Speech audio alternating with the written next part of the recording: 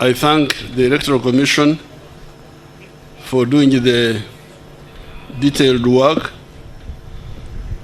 of studying the documents and approving our candidacy, our candidature. It's a lot of work, a lot of paperwork. I congratulate them. I congratulate the Electoral Commission. I want to thank the NRM members for again showing trust in me and electing me as the NRM chairperson for the period 1925-1931, and also for the flag bearer for the period 1926-1931. As we have discussed in our inner organs, but before I talk about the future, I hope nobody will accuse the Electoral Commission for campaigning for me. When they selected this site here, what I challenged the NRM media team to do is to go and get a satellite picture of 1986, if they can, of this area. Sometimes those pictures are there. Get a satellite picture of this area, this area, which they call Ruboa, Ruweza, they mix them up. This whole area, up to Bwebaja. If they could get the satellite pictures of 1986 of these areas, and now, then you would not have to campaign much, you just show.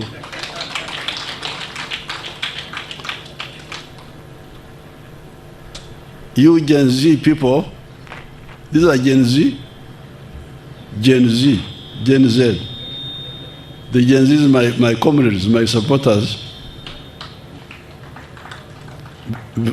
You should see that picture of 1986 here. This was a coffee shamba, here. That's why they call it Ruboa Estate. It was a coffee shamba owned by a British company called Mitchell Courts. Now when you come here, it's amazing. If you, all the way you can see. A satellite picture of 1986 and now would speak many words rather than just talking.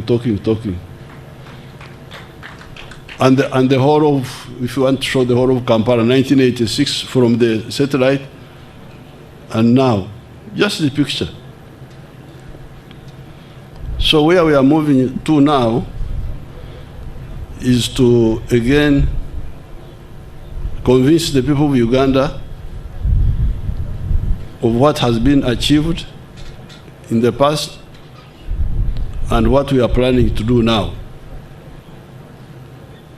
At Kololo, I will say more in the afternoon, but really we have got two major thrusts. Thrust number one is to work with the middle class and the investors from outside to completely transform Uganda from a lower middle income country, which we are now. We are no longer a least developed country, we are now a lower middle income country, to high middle income country moving towards first world country. I think the idea is that in this Sanja, which you are now concluding, if you check the figures, the GDP of Uganda has doubled, apparently. I had not bothered to check that, but they pointed it out. That at the end of the last Sanja, we were like 34 billion. We are now 66 billion. It's really, I don't know why NRM doesn't talk more about some of these things, because they are really remarkable. To double the size of GDP in one term is not a mean achievement. And this is what we intend to do in this coming term. And things are now much faster because we have everything that we didn't have in the past. We have electricity. We have the roads, although we need to repair some of the others. We have the telephones. We have the manpower, the educated people. We have the peace. That's why we are being flooded with more investments. Because people in the world are looking for a peaceful area, a peaceful and profitable area where to invest. That's why there's one of our Asian people, the one who was heading the Uganda Indian Association, I've forgotten his name, but he always tells me about Uganda being a land of the 3 Ps. Peaceful, profitable, and something else, 3 Ps. Peaceful, profitable, and some other third one. It has got everything. They are coming because there is peace. But on the other side, we, the NRM people, need to ensure that all our population layers get involved. This is where we have some challenges. And this is where we need to address what I always call the mass issues, the issues of the masses.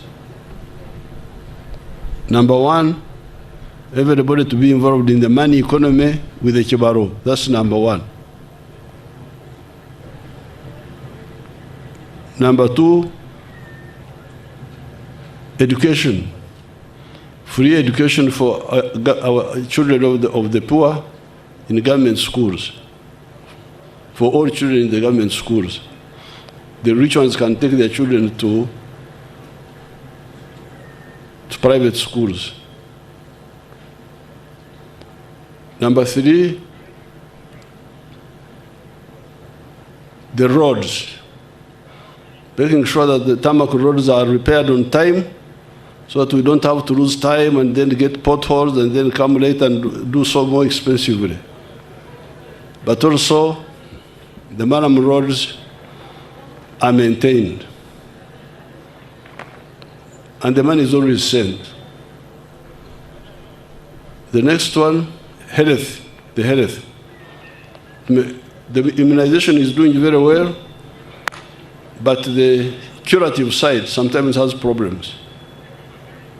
Ensure that the drugs are there, are not stolen.